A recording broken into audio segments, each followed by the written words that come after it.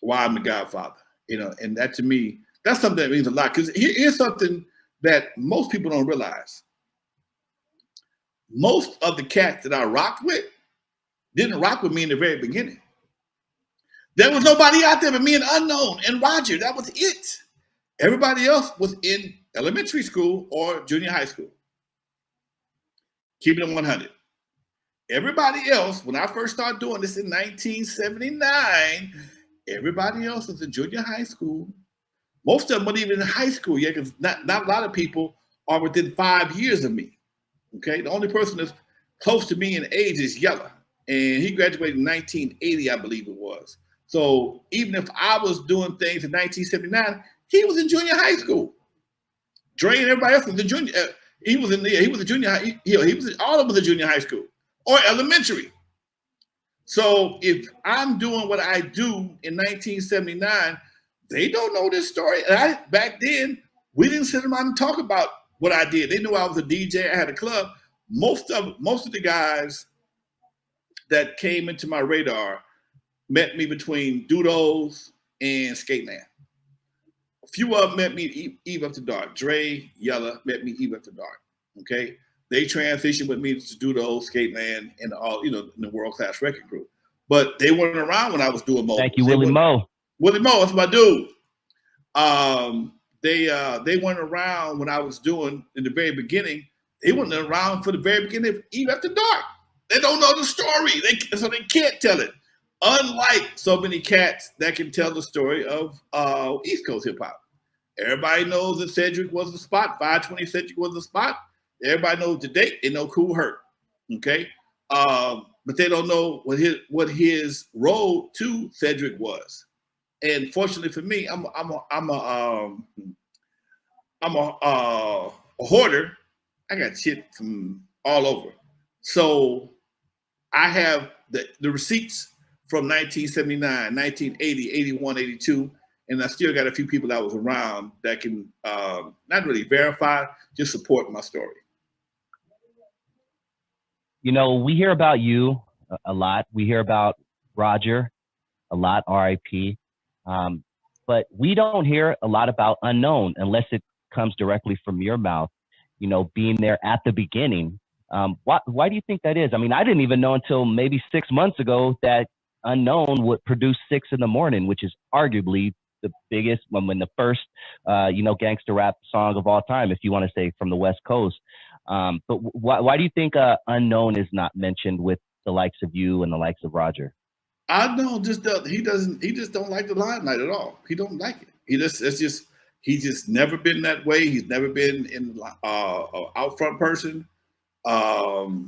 He was always a support, on the support team when it came to Eve After Dark. He ran the bar. He did what he did, and even as a DJ, the DJ booth at Eve After Dark had dark ass tinted windows. You could not see in the DJ booth unless the light was on in the back. It was almost like a one-way window.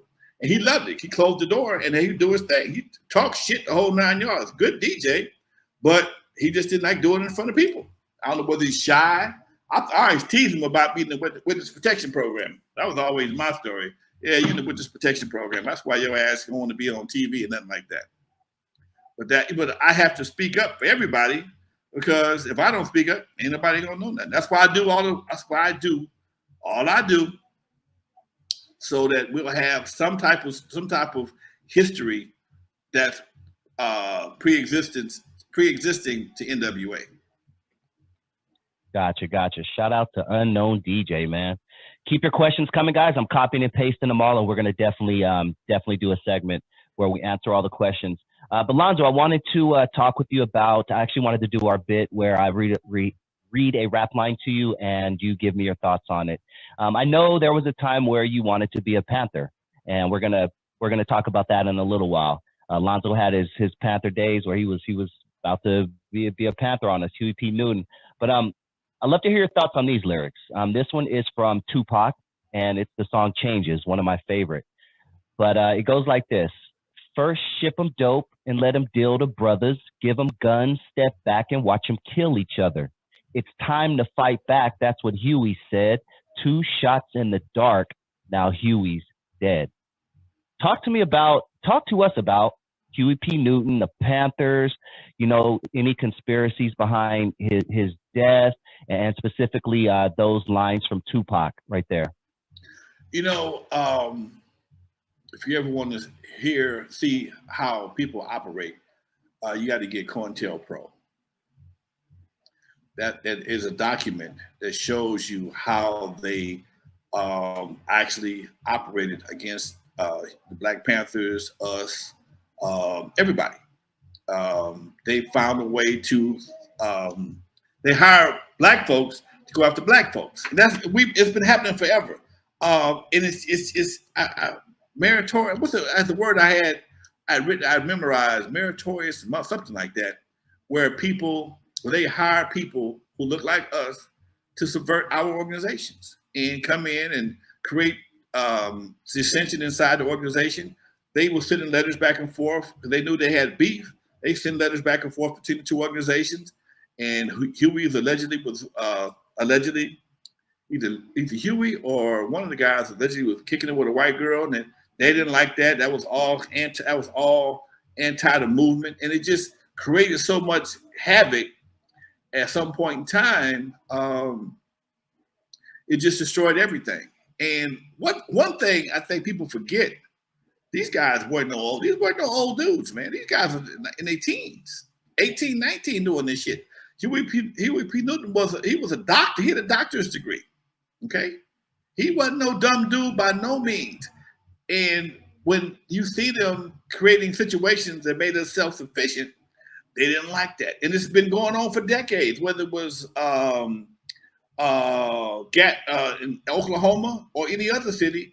Anytime there was some type of black progress, they always found a way to undermine it. Okay, they found a way to undermine it. They did the same thing to them, and we've been doing it to ourselves. So here we are, 2024, and we still tripping on colors. We still tripping on hood shit. Okay, we still have the same, and even if we didn't have the problems, if your people got smoked at some point in time and you thought the enemy did it, it's going to spark an emotional reaction, which is going to keep this whole ball rolling. Meanwhile, they just pick up the pieces and lock them in jail, and they found a way to get paid on that. Yeah. Talk to us about when you wanted to be a Panther, Lonzo, and what derailed that. I know the story, but some may not out there. In the 60s, man, it was like any other thing, dude. You see some things happening, you're a kid, you're a youngster. I wasn't a kid, I was a youngster. The Panthers looked pretty cool to me, man. They had on black leather jackets, and some of them, they had a little click on my